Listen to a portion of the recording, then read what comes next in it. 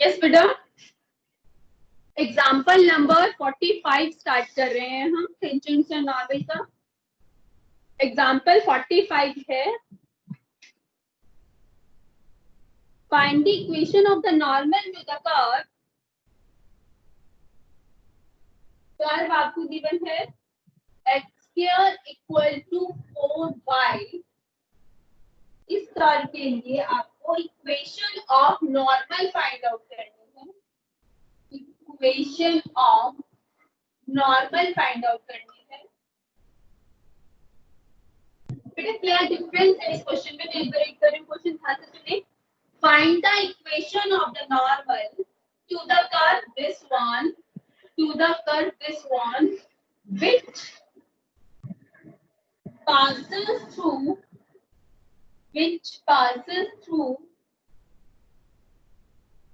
1,2। जबकि इसके पहले जब हम क्वेश्चंस करते थे तब स्टेटमेंट क्या होती थी? तब स्टेटमेंट होती थी find the equation of the normal to the curve this one at 1,2। अब एट 1,2 नहीं कहा, क्या बोला है? विच, यानी कि नॉर्मल पासिस थ्रू 1,2। नॉर्मल जो लाइन है वो 1,2 से पास कर रही है। यानी कि अगर ये कोई कर्व है एक्स स्क्वायर तो सिमेट्रिक अबाउट वाई एक्सिस,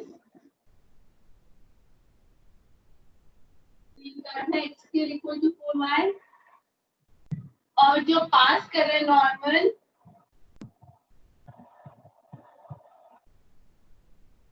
किसी पॉइंट पर ये मैंने टेंजेंट ड्रॉ की और ये है नॉर्मल। तो ये जो पॉइंट है x0, y0 ये नहीं गिवन आपको। आपको क्या बोला गया है? किस पॉइंट पर टेंजेंट ड्रॉ की गई है वो पॉइंट नहीं दिया गया, बल्कि नॉर्मल जिस पॉइंट से पास कर रहा है वो पॉइंट आपको दिया गया है। नॉर्मल जो है 1,2 से पास कर रहा है। क्वेश्चन में डिफरेंस समझ में आया? इससे पहले आपको ये वाला पॉइंट दिया होता था, ये जो पॉइंट है आपको ये पॉइंट दिया होता था, ये एट, अगर दिया होता एट 1,2 तो इसका मतलब x0 y0 गिवन होता, लेकिन अब x0 y0 नहीं गिवन आपको, एट 1,2 नहीं बोला, बल्कि क्या बोला है? नॉर्मल पास कर रहा है किस पॉइंट से? 1,2 से। इट मींस जो x, y की वैल्यू है वो सेटिस्फाई करेगी। अगर मैं नॉर्मल की इक्वेशन लिखती हूँ, तो उसमें जो x, y है वो सेटिस्फाई करेगा किस वैल्यू को? 1,2 को। तो ये जो पॉइंट है, जिस पॉइंट पर पहले मैंने टेंजेंट ड्रॉ की है x0, y0, ये हमें नहीं गिवन है x0, y0। इसमें x0, y0 दिया है, तो सबसे पहले तो हम slope of tangent find out करेंगे। किससे आएगा? जब हम कर्व को डिफरेंशिएट करेंगे। हमने कर्व को डिफरेंशिएट किया, x के का डेरिवेटिव 2x और y का डेरिवेटिव dy बाय dx। तो यहाँ से dy बाय dx क्या आ गया आपके पास? dy बाय dx आ गया 2x by 4, that is x by 2. Now slope of tangent जो कि कैसे आता है?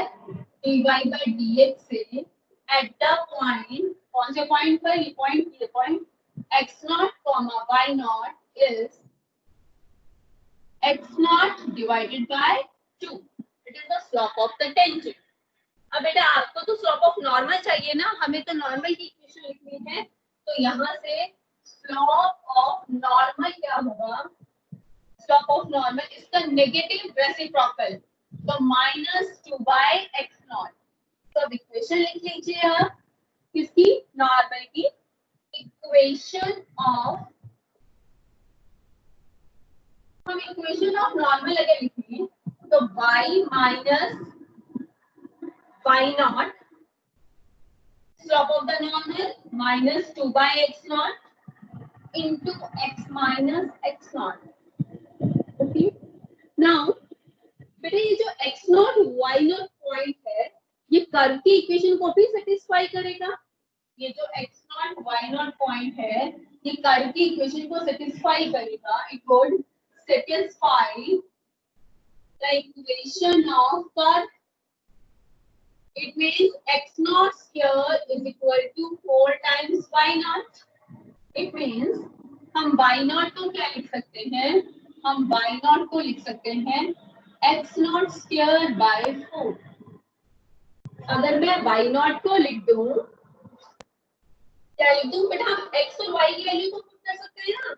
अभी मैंने आपको बताया था अगर नॉर्मल पास कर रहा है किस पॉइंट से 1, 2, तो 1, 2 किसे सेटिस्फाई करेगा? x, y. यहाँ पर x, y क्या होता है? Any point on the normal.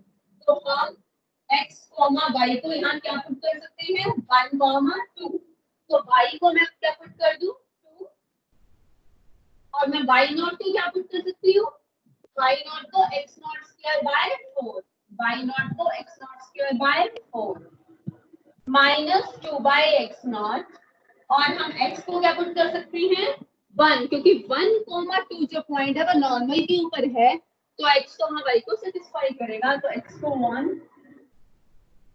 अब बेटा इसे सिंपलीफाई करके हम x नॉट फाइंड आउट कर लेंगे और x नॉट यहाँ पुट करेंगे तो y नॉट आ जाएगा.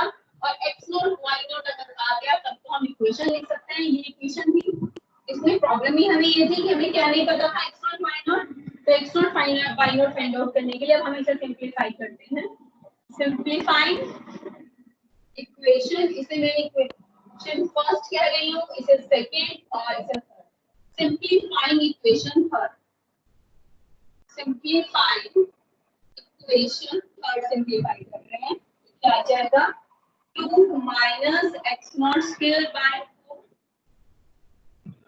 प्लस मल्टीप्लाई कर ले माइनस 2 बाय एक्स नॉट तो वहां जाकर plus 2 by x naught. Minus minus plus और उस साइड चेंज करेंगे तो माइनस. एक्स नॉट से एक्स नॉट कैंसिल आउट.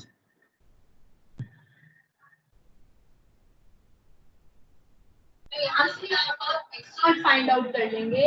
आप सिंपलीफाई करें तो एक्स नॉट आ जाएगा आपके पास minus x not square by 4 is equal to minus 2 by x naught. तो x naught cube is equal to 8. X naught is equal to 2. Put in the equation A, you will get the value of y naught.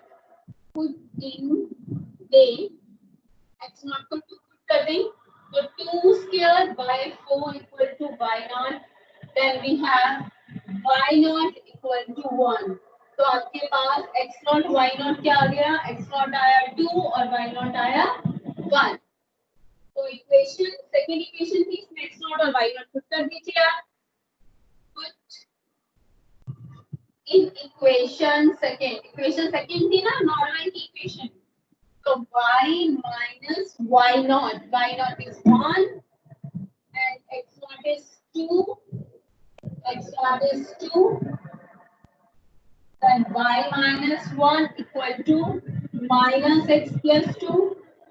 X plus y minus 1 minus 2 equal to 0. तो x plus y minus 3 equal to 0. ये क्या आ गया आपके पास? Equation of the normal.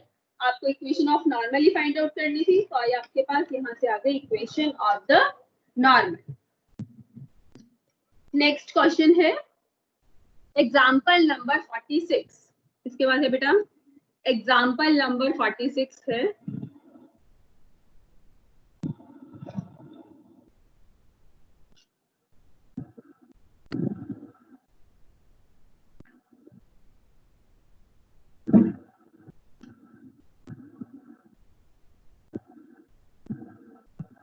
Yes, example number 46.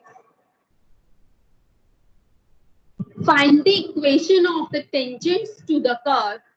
क्या find out करना है? Equation of tangent. Find the equation of the tangent to the curve. Curve आपको given है y equal to cos of x plus y. Y equal to cos of की curve है y equal to cos of x plus y, where x is greater than equal to minus 2 pi and less than 2 pi. X is greater than equal to minus 2 pi and less than equal to 2 pi. That are parallel, यानी कि tangents are parallel to the line x plus 2y equal to 0. आपको क्या given है? Tangents are parallel to the line x are parallel to the line x plus 2y equal to 0. Tangent जो है इस line के parallel है x plus 2y equal to 0. तो बेटा टेंजेंट की इक्वेशन फाइंड आउट करने के लिए स्लोप ऑफ टेंजेंट होना चाहिए. कर्व को डिफरेंशिएट करें. टेंजेंट इस लाइन के पैरेलल है तो आप इस लाइन का स्लोप निकालेंगे और स्लोप ऑफ टेंजेंट को किसके इक्वल रख देंगे? इस लाइन के स्लोप के इक्वल रख देंगे. कीजिए, वर्क है आपके पास y equal to cos of x plus y, तो dy बाई dx क्या आ जाएगा? Minus sine x plus y into differentiation of. बेटा कॉस एंगल का डेरिवेटिव क्या होता है? आप याद कीजिए, कॉस एंगल का derivative minus sine angle into D by D x of angle, यानी कि D by D x of क्या होगा? x प्लस वाई का डेरिवेटिव. x का डेरिवेटिव 1 और y का derivative dy by dx.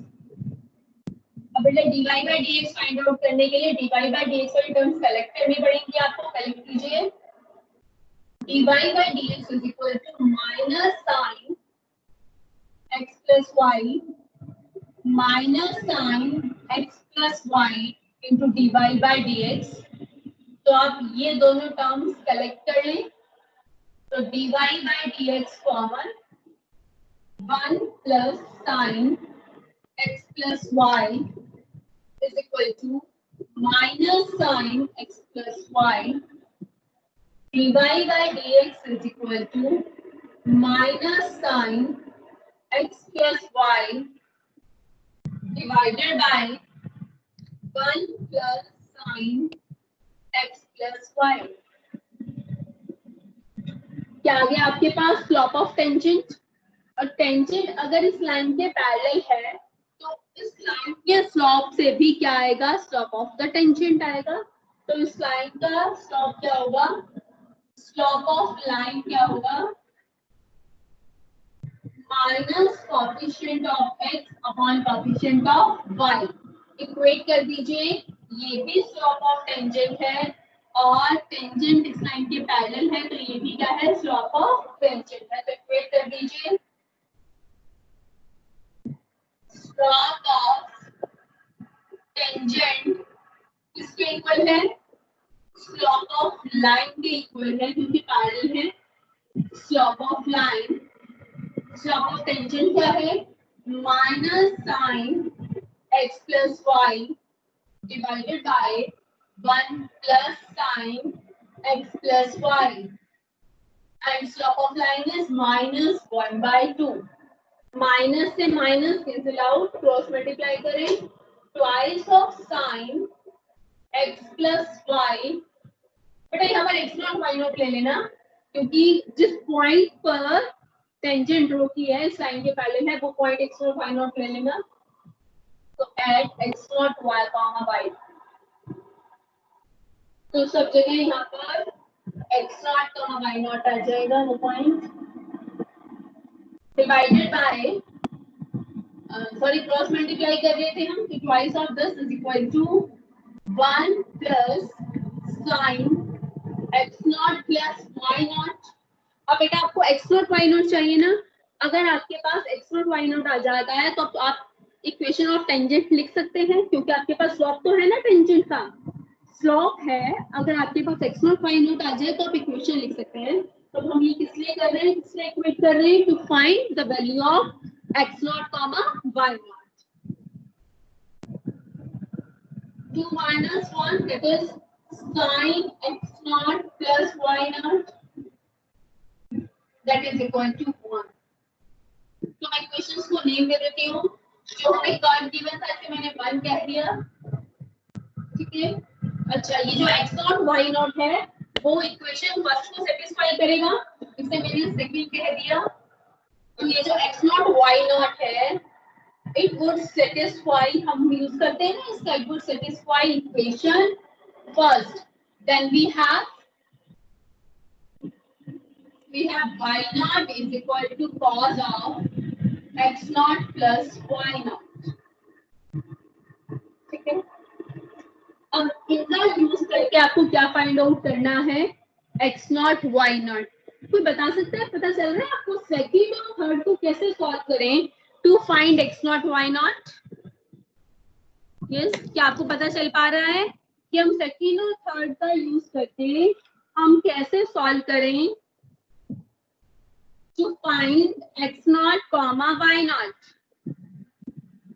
Yes, नहीं पता चल पा रहा बेटा? अगर बेटा हम सेकंड और थर्ड को स्क्वायर करके ऐड कर दें, squaring and then adding, equation 2 को स्क्वायर किया, थर्ड का स्क्वायर किया और फिर आप क्या कर दें? ऐड कर दें, क्योंकि आपके पास साइन और कॉस है और आपको पता है कि sine square plus cos square क्या होता है? 1. Therefore, squaring and then adding, squaring and then adding equation second and third. क्या आ जाएगा? sin square x naught plus y naught. इसमें ये वाली साइड ले लें बेटा, मैं इसको लिख सकती हूँ cos of x naught. मैं साइड चेंज कर रही हूँ बस. cos of x naught plus y naught is equal to y naught. ठीक है, लिख सकते हैं ऐसा भी, साइड चेंज किया बस मैंने. तो इन दोनों को स्क्वायर करके ऐड करेंगे तो क्या आएगा? sin square x naught plus y naught plus cos square x naught plus y naught is equal to 1 square plus y naught square. Okay, so 1 is equal to 1 plus y naught, which implies y naught equal to 0. y naught तो 0 आ गया. अब x naught आप किसी भी equation से find out कर ले, second या फिर थर्ड, किसी भी इक्वेशन से x naught फाइंड आउट कर सकते हैं हम. तो put in equation third we have cos of x naught y naught 0 is equal to y naught. y naught is 0. तो cos of x naught 0. हाँ जी. अब -2π से 2π तक कहां पर cos क्या होता है? 0. ये हमें फाइंड आउट करना है. पहले बेटा अगर आप किसी को यहां तक कोई प्रॉब्लम है तो मुझे बताइए, क्या यहां तक सभी को क्लियर है? Yes, clear to all? Yes ma'am. Okay. अब बेटा आप ध्यान से समझिए. इसके बाद हमें बच्चे इसके पहले जब ना साइन कोस नहीं होता था ना, तो बस मैं क्रॉस यहाँ पर स्लोप ऑफ टेंजेंट को स्लोप ऑफ लाइन के अगर मैं इक्वल रखती, क्रॉस मल्टीप्लाई करती और आपके पास x नॉट y नॉट, कोई x नॉट आ जाता है और मैं कर्व में पुट करती तो y नॉट आ जाता और आप इक्वेशन लिख लेते. लेकिन अब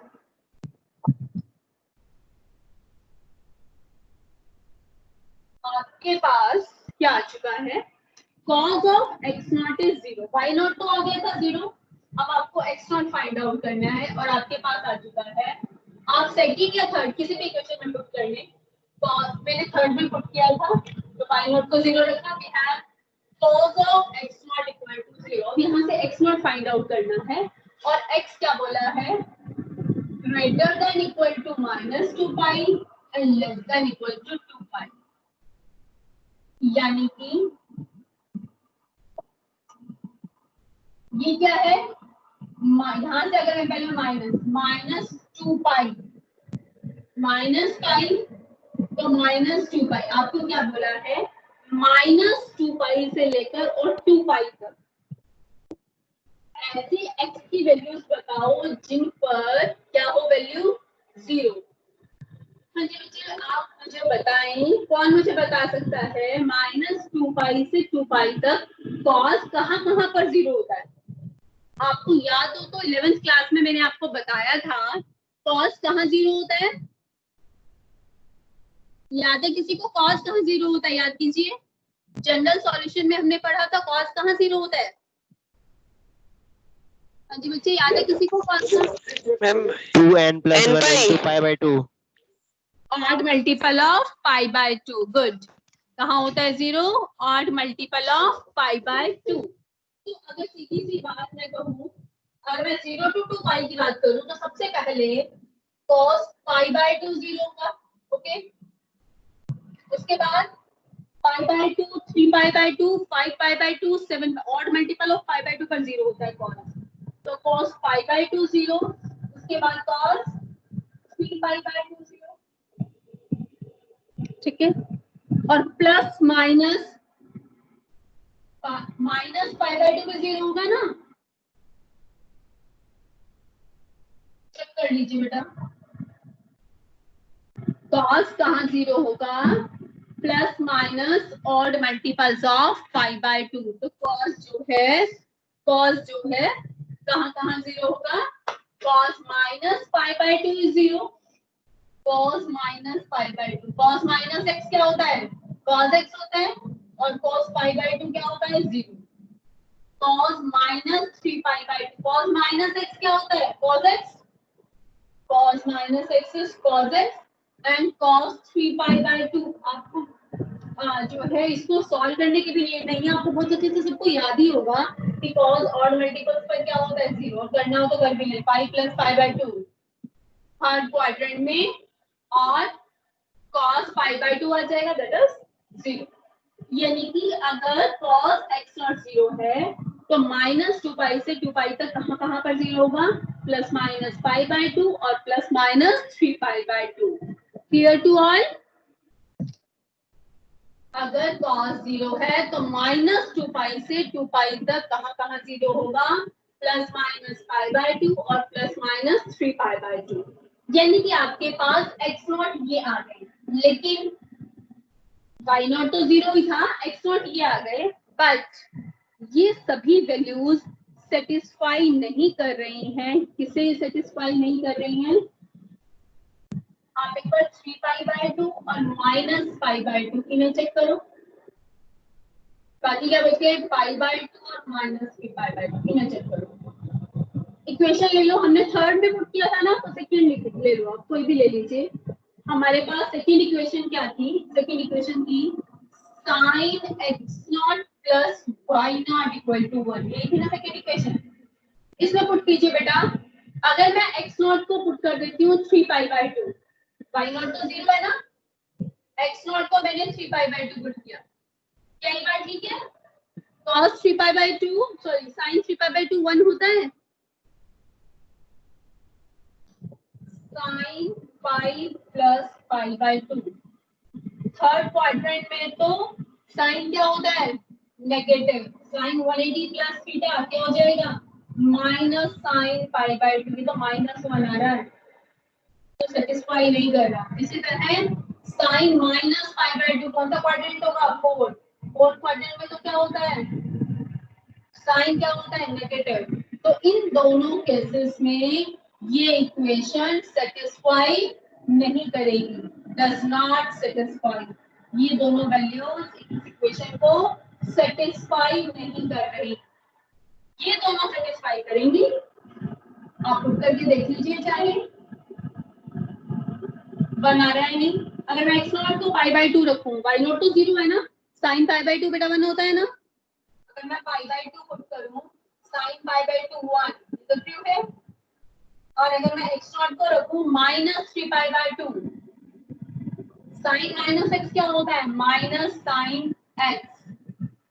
और 3 पाई बाय 2 कैसे फाइंड आउट करेंगे? Pi plus pi by 2। Third quadrant में साइन क्या होगा? नेगेटिव, तो minus minus plus sin pi by 2 that is equal to 1। तो ये भी क्या है? ट्रू। तो ये दो वैल्यूज तो सेटिस्फाई कर रही हैं, और ये दो वैल्यूज इक्वेशन नंबर सेकंड को सेटिस्फाई नहीं कर रही है, इसलिए x नॉट की ये दो वैल्यूज नहीं होंगी, ये वाली दो वैल्यूज होंगी। यस बेटा, क्लियर सबको? पहले हमारे पास जब cos x नॉट 0 था, x माइनस 2 पाई से 2 पाई था, तो x नॉट क्या आया, प्लस माइनस पाई बाय 2 और plus minus 3 pi by 2, odd multiples पर 0 होगा। लेकिन इन चार वैल्यूज में से ये दो वैल्यूज इक्वेशन सेकंड को सेटिस्फाई नहीं कर रही, क्योंकि y नॉट तो 0 ही था जब मैं y नॉट को 0 रख रही हूँ, और x नॉट को ये दो वैल्यूज पुट करती हूँ तो दोनों साइड इक्वल नहीं आती। लेकिन मैं पाई बाय 2 और माइनस 3 पाई बाय 2 रख रही हूँ, तब ट्रू आ रहा है, तो x नॉट की ये दो वैल्यूज होंगी, ये दोनों वैल्यूज नहीं होंगी। अब आपके पास x नॉट और y नॉट आ गया, और slope of tangent slope of line यानी कि माइनस 1/2 के इक्वल है, तो अब आप इक्वेशन ऑफ द टेंजेंट लिख सकते हैं। नाउ इक्वेशन ऑफ टेंजेंट क्या होगी? इक्वेशन ऑफ टेंजेंट, जब आपके पास y नॉट क्या आ चुका है 0 और x नॉट की आपके पास दो वैल्यूज हैं पाई बाय 2 और माइनस 3 पाई बाय 2, तो दो इक्वेशन आएगी, एक बार x को पाई बाय 2 y को 0 और x को माइनस 3 बाय 2 और y को 0। यहाँ से इक्वेशन क्या होगी? टेंजेंट की y minus y naught is equal to m into x minus x naught. It means we have 2y equal to minus x or plus pi by 2, x plus 2y equal to pi by 2 is the equation of the tangent. और यहाँ से क्या आएगी equation of tangent? y minus y1 equal to m into x minus x1. तो 2y equal to minus x minus 3 pi by 2. तो क्या आ गई equation? x plus 2y plus 3 pi by 2 equal to 0. तो ये दो इक्वेशंस आ गई tangent की, x plus 2y plus 3 pi by 2 equal to 0 and x plus 2y equal to pi by 2. Okay. ये question है find the equation of the tangent and normal. Next question है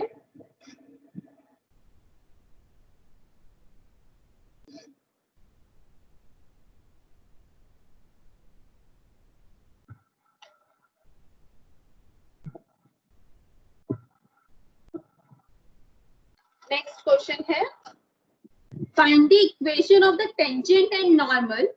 tangent और normal की equation बतानी है। Curve है y equal to x minus 7 upon x minus 2 into x minus 3। ये curve है, आपको टेंजेंट और नॉर्मल की इक्वेशन बनानी है एट द पॉइंट। किस पॉइंट पर? एट द पॉइंट बताया गया है कि किस पॉइंट पर, लेकिन पॉइंट नहीं गिवन, क्या बोला? At the point where it cuts the x-axis, at the point where it cuts the x-axis। जहां पर ये कर्व किसे कट कर रहा है? x-axis को। उस पॉइंट पर टेंजेंट जहां पर ये कर्व किसे कट कर रहा है? x-axis को। अगर कर्व उस पॉइंट पर x-axis को कट कर रहा है तो x-axis पर y क्या होता है? 0। अगर उस पॉइंट पर, जिस पॉइंट पर टेंजेंट ड्रॉ करनी है, उस पॉइंट पर ये कर्व किसे कट करके जा रहा है? एक्स एक्सिस को कट करके जा रहा है। तो इस point x naught y not पर कर्व किसे कट करके जा रहा है? एक्स एक्सिस को। और एक्स एक्सिस पर y की वैल्यू क्या होती है? 0। तो y नॉट क्या हो गया? 0। कि at x axis y equal to 0। तो आपके पास y नॉट क्या आ गया? 0। उस पॉइंट पर टेंजेंट निकालनी है जिस पॉइंट पर कर्व किसे कट करके जा रहा है? एक्स एक्सिस को। और एक्स एक्सिस पर तो y क्या होता है? 0। उस पॉइंट पर फाइंड आउट करना है जहां पर y नॉट क्या है? 0। तो y नॉट अगर 0 है तो आप क्या x naught y naught curve की इक्वेशन को सेटिस्फाई करेगा?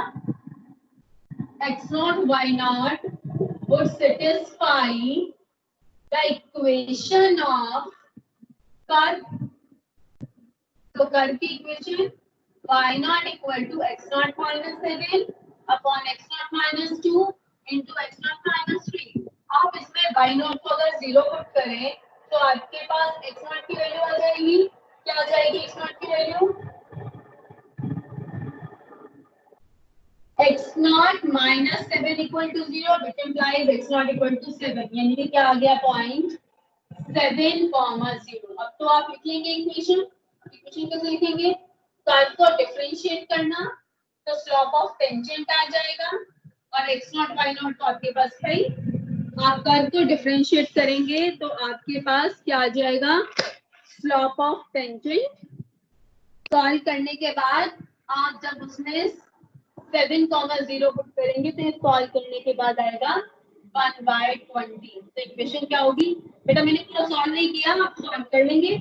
आप पहले यहाँ से क्वेश्चन रूल अप्लाई करके और dy by dx find out करेंगे और फिर dy बाई dx में x को क्या पुट कर देंगे? x को 7 पुट कर देंगे तो स्लोप क्या आ जाएगा? Slope of the tangent 1/20।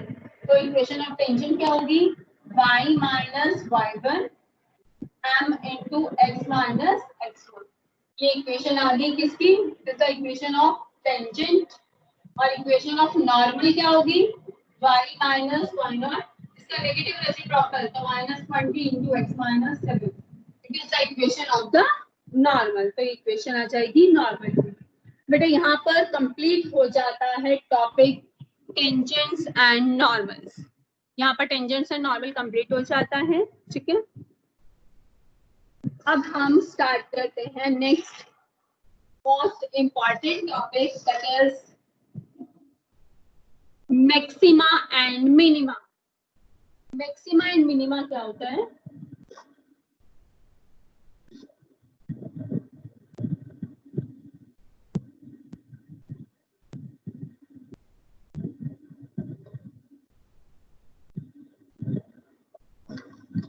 Next topic that is maxima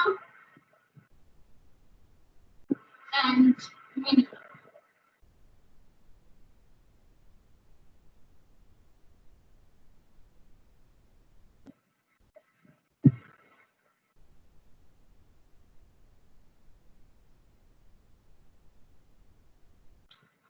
इस कर्व में देखिए बेटा ना, ये जो पॉइंट है ये पॉइंट ये पॉइंट ये पॉइंट ये पॉइंट ये पॉइंट, ठीक है। इनको मैं दे रही हूँ, ये पॉइंट है,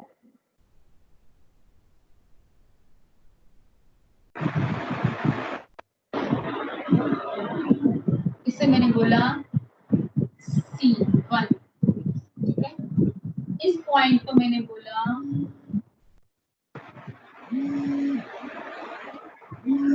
C2, इस पॉइंट को मैंने बोला C2,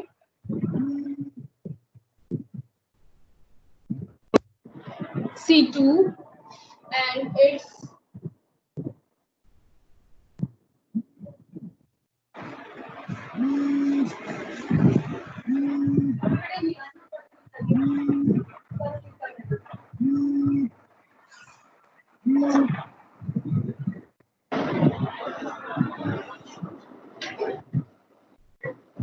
C3 madam and video नहीं its आ रही।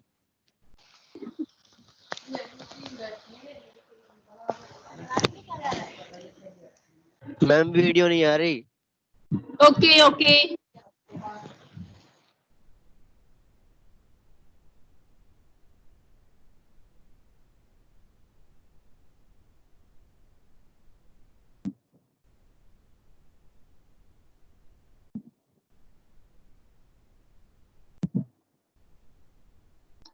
अब आइए बेटा,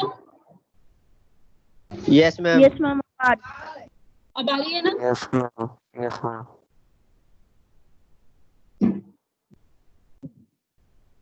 It's C4, it's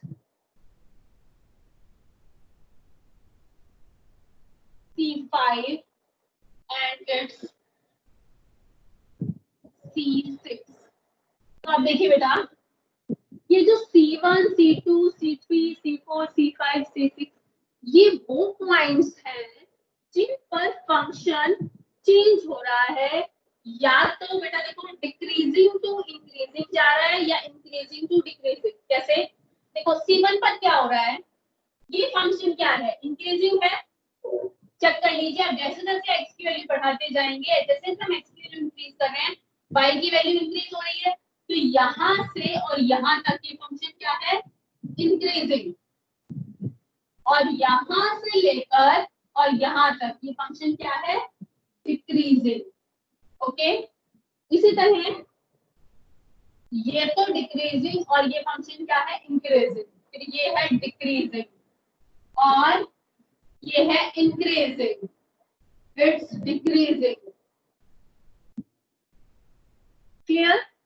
अब बच्चे ये C1 वो पॉइंट है, C1 वो पॉइंट है जिस पॉइंट पर ये फंक्शन इंक्रीजिंग से क्या चेंज हो रहा है, डिक्रीजिंग। कहां जा रहा है, इंक्रीजिंग से डिक्रीजिंग। और C2 वो पॉइंट है जिस पर फंक्शन डिक्रीजिंग टू कहां जा रहा है, इंक्रीजिंग। इसी तरह C3 जो पॉइंट है, C3 पर फंक्शन क्या जा रहा है, इंक्रीजिंग टू डिक्रीजिंग। C4 पर डिक्रीजिंग टू इंक्रीजिंग। तो आप देखिए बच्चे, C1 पर eight the point C1 and at the point C3 and at the point C5 there is maxima ना, मैक्सिमम जा रही है ना वैल्यू फंक्शन की। तो C1, C3 और C5 पर क्या है फंक्शन का मैक्सिमा, जबकि C2, C4 और C6 इन पर क्या है, C2, C4 और C6 इन पर क्या है, मिनिमा।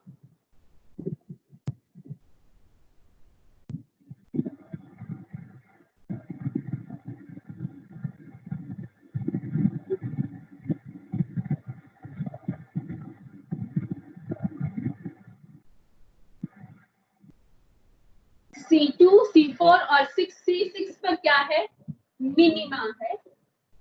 तो ये पॉइंट क्या है, मैक्सिमा के, और ये पॉइंट क्या है, मिनिमा के। इन सभी पॉइंट्स को, ये सभी पॉइंट्स कैसे आएंगे, इन सभी पॉइंट्स पर अगर मैं टेंजेंट ड्रॉ करूं,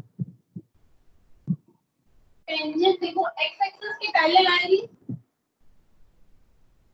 इन सभी पॉइंट्स पर अगर मैं टेंजेंट ड्रॉ करती हूँ तो टेंजेंट क्या होगी, इन सभी पॉइंट्स पर C1, C2, C3, C4, C5, C6 क्या है, tangent is parallel to x axis, tangent is parallel to x axis. और एक्स एक्सिस का स्लोप क्या होता है, 0। यानी कि इन पॉइंट्स पर, और स्लोप कैसे निकालते हैं, dy बाय dx, यानी कि f डैश x।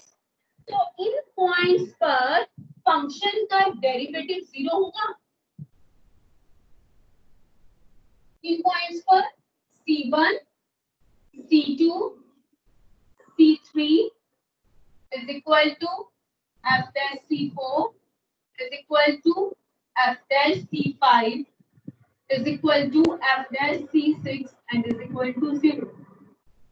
हाँ जी, क्लियर बेटा ये बात, ये जो पॉइंट्स हैं C1, C2, C3, C4, C5, C6 इन पॉइंट्स पर फंक्शन का जो डेरिवेटिव है वो 0 होगा।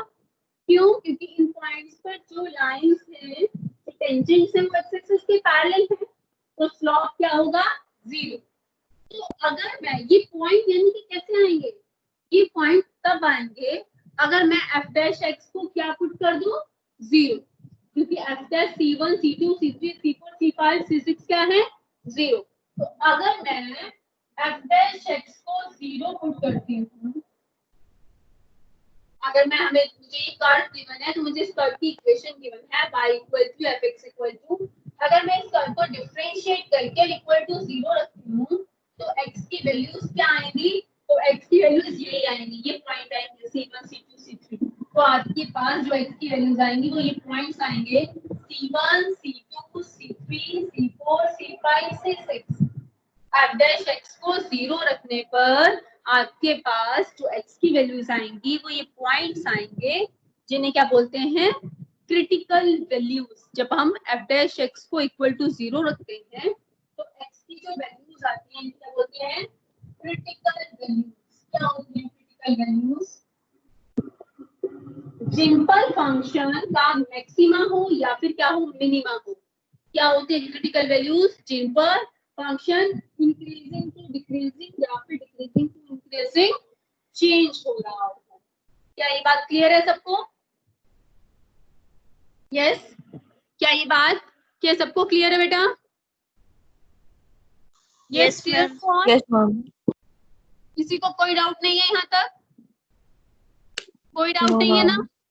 यस ठीक है, आपको पता चला हमें कर्व दिया होगा fx, और जब हम इस कर्व को डिफरेंशिएट करके इक्वल टू 0 पुट करेंगे तो जो x की वैल्यूज आएंगी उन्हें मैं कहूंगी क्रिटिकल वैल्यूज। वो वैल्यूज आती हैं जिन पर फंक्शन इंक्रीजिंग टू डिक्रीजिंग या फिर डिक्रीजिंग टू इंक्रीजिंग चेंज हो रहा हो। तो अब हम ये कैसे देखेंगे, ये तो ग्राफ था तो आपने देख लिया कि इन पर मैक्सिमम और इन पर मिनिमा है ना।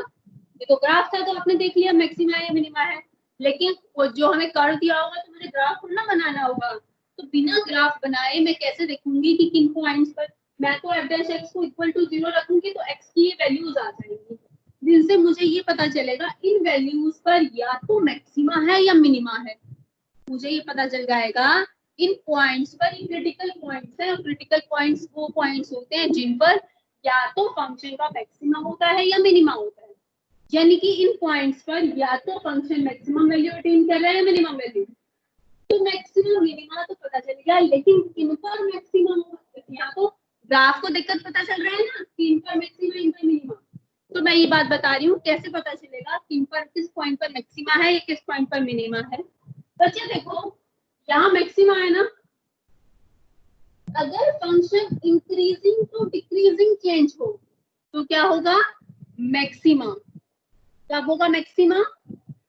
मैक्सिमा तब होगा जब function when function changes from increasing to decreasing। ऐसा चेंज हो तभी ना, यानी कि इंक्रीजिंग में f डैश x का साइन क्या होता था? हाँ जी, इंक्रीजिंग फंक्शन, कोमल बेटा इंक्रीजिंग फंक्शन में f dash x greater than 0 और less than 0? Ma'am greater than 0। Yes, अगर फंक्शन इंक्रीजिंग है तो f डैश x क्या होगा, ग्रेटर देन 0। क्या चेंज हो, changes f dash x greater than 0 to f dash x less than 0। इसका मतलब अगर मैं f डैश x में x को क्या पुट करूं, इस पॉइंट पर चेक करना है ना C1 पर, अगर C1 पर चेक करना है तो C1 से slightly less f dash check कर लूं और C1 से स्लाइटली ग्रेटर, ये C1 है, C1 पर से स्लाइटली लेस f डैश का साइन देख लूं और C1 से स्लाइटली ग्रेटर f डैश का साइन देख लूं। तो C1 से स्लाइटली लेस f डैश का साइन देख लूं और C1 से स्लाइटली ग्रेटर मैं f डैश का साइन देख लूं। अगर साइन कैसे चेंज हो, पॉजिटिव टू नेगेटिव। अगर साइन कैसे चेंज हो, positive to negative, then there would be maximum. ठीक है, इसी तरह जब C2 है ना, C2 पर चेक करना है तो C2 से स्लाइटली लेस साइन चेक करूंगी और C2 से स्लाइटली ग्रेटर।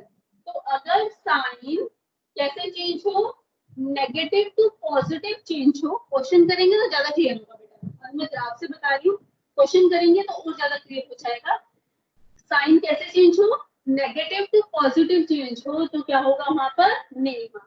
अभी आपको ये देखना है मैक्सिमा क्या होता है, अगर साइन इंक्रीजिंग यानी कि ग्रेटर देन 0 से लेस देन 0 साइन चेंज हो तो मैक्सिमा, और अगर किसी पॉइंट पर जैसे C2 है, किसी पॉइंट पर साइन कैसे चेंज हो, नेगेटिव टू पॉजिटिव चेंज हो, then there would be minimum. मैं ये बात रिपीट कर रही हूँ, हम जैसे f dash x निकालेंगे, f dash x को इक्वल टू 0 पुट करेंगे, तो जो x की वैल्यूज आएंगी उन्हें मैं क्रिटिकल वैल्यूज कहूंगी, जिन वैल्यूज पर या तो फंक्शन का मैक्सिमा होगा या फिर मिनिमम। अब अगर हमें चेक करना है इनमें से, इन क्रिटिकल वैल्यूज में से किस पॉइंट पर मैक्सिमा है और किस पॉइंट पर क्या है मिनिमा, तो मैं कैसे चेक करूंगी ये बात, किस पॉइंट पर मैक्सिमा या मिनिमा, जिस पॉइंट पर चेक करना है, फॉर एग्जांपल 2 पर चेक करना है हमें। जब मैंने f dash x को 0 रखा तो C1 मान लो 2 आया, तो मुझे 2 पर चेक करना है, तो मैं 2 से slightly less f dash x में पुट करूंगी और 2 से slightly greater f dash x में पुट करूंगी। 2 से 2 पर चेक करने के लिए 2 से स्लाइटली लेस पुट करूंगी f dash x में और 2 से स्लाइटली ग्रेटर पुट करूंगी मैं f dash x में।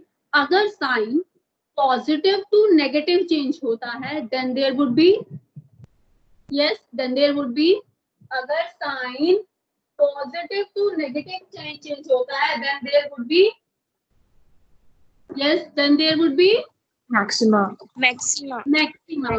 and the sign changes from negative, from the sign changes from negative to positive, then there would be minimum. Okay? Minima. Is there any doubt? No, Yes, ma'am. beta, is there any doubt? No, ma'am. No. Okay. चलो फिर हम यहाँ पर हम class over करते हैं बेटा, कल हम कंटिन्यू करेंगे। एक बार थोड़ा सा ब्रीफली बताते हुए कुछ क्वेश्चंस करवाऊंगी आपको और फिर हम ये टॉपिक जो है स्टार्ट कंटिन्यू करेंगे।